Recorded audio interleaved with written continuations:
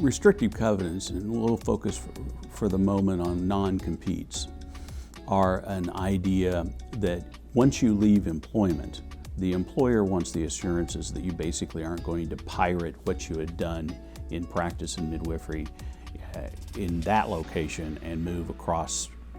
I did a case one time where they moved to the suite next door, so there was drywall between the two practices, and whether or not that there was a competition directly that has basically scooped out a portion of the employer's investment and market base and just basically moved on. Restrictive covenants aren't really liked very much by the law because what they're doing is they're reducing the marketplace. They have a negative effect on the marketplace in the offering of goods and services.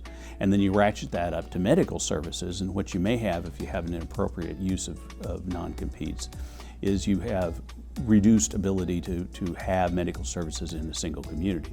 So if you took a relatively small community in there and there was a physician who employed a midwife, and that's all of the OB services that are in the general area of the community, especially a rural community, it might be very difficult for that physician to get away with enforcing a non-compete on an employee if it means that there's going to be very limited services for delivering babies in that community, that there is a public interest in interfering with that contract.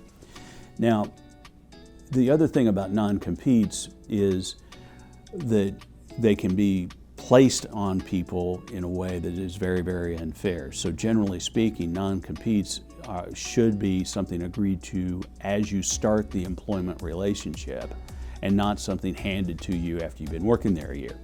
Because then there's this incredible power imbalance. If you want to keep your job, you got to promise not to compete later. And that can make it unenforceable or restricted. When courts go to look at non-competes, they look at a series of elements, and there are basically three elements. You have the idea of the scope of practice as far as geography. You have an idea of the scope of practice as far as the actual economic activity or professional activity that you promise not to do. So a midwife may be restricted from delivering babies at a birth center, but could go to the local hospital, which may be on the same section of land, and practice and not be in competition to the birth center, because the employer believes that what they're in the business of is birth center experiences, not hospital experiences. So their competition is in a different marketplace. And often midwives may leave midwifery practice for other OB type roles in the hospital, laboring nurses, etc., for the period of time of this non-compete. So the scope of what you can do is the second largest element. And then there's a duration element. It could be anything from 90 days to 5 years, and we look at that. You have to look at all three: what geography you have, what you can and cannot do in the professional practice that violates it, and the duration of time, in order to see what those balances do and determine whether or not you want to risk the fact of engaging in a non-compete. The other issue is, when does the non-compete get triggered?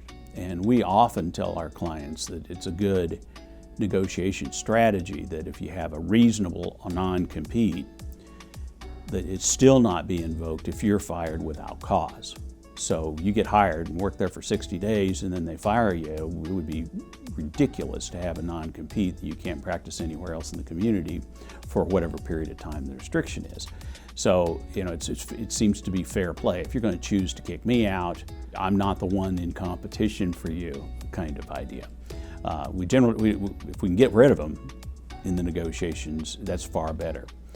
Employers want the non-competes for all the reasons that we just talked about. One of the ways that you can negotiate to get loose of an employer-employee relationship and cover yourself from any liability from the employee, and maybe even get them to agree not to do anything disparaging to the employer after they've left, is to cut the deal of, we'll let you out of your non-compete if you promise to be nice to us and have a nice little contract. So some employers have non-competes in agreements that they really have no genuine interest in enforcing, but they use it as a trading point at the termination of the relationship. So if we were advising a midwifery practice, about their contract and what elements they may want to have local counsel draft into that contract, that might be an idea that we would espouse. So on the one hand, talking to individual midwives, we're saying non-compete's bad, go away. And on the other side, we may be saying non-competes might be a reasonable alternative. When the courts get to review non-competes, there's a couple of things that are buried in that process. The first is there's generally a clause that says you can go out and get a temporary restraining order or an injunction to stop somebody from competing with you. That's something that isn't generally available in a private contract situation. The courts aren't going to start issuing orders and rulings until there's been due process, and they look to the four corners of the contract, they see what the deal was, and they enforce that contract.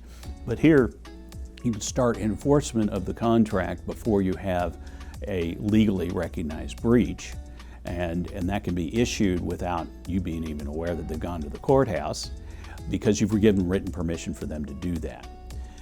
And so, it has that power of injunctive relief. You also wind up with the fact that if you have a non-compete like this and the subsequent employer is aware you had a non-compete and decides that they just are willing to take that risk or ignore that risk, that subsequent employer could become liable for employing somebody knowing that they are interfering with the contract rights of employer number one.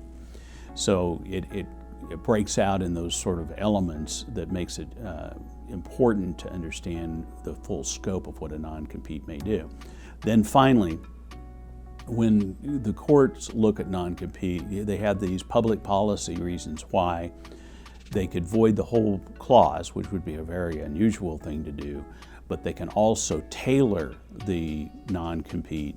So say litigation is about this small community and there's a physician and a midwife, and that's about all the OB services that are available in that area of the state. What the court may do is to limit either the scope of the practice or any of those other elements, including the geographic scope. So you can take north side of town, I'll give her south side of town, or something along those lines. The physician can have all the in-hospital births, and the midwife is going to have to deal with creating a birth center or home births or whatever the facts line up for, and of course the flavored to taste for the judge. We often say in law, when people ask us what's going to happen in court, it depends on what the judge had for breakfast that morning, because you get a variance when you surrender the responsibility of making your own decisions and ask somebody else to make them for you.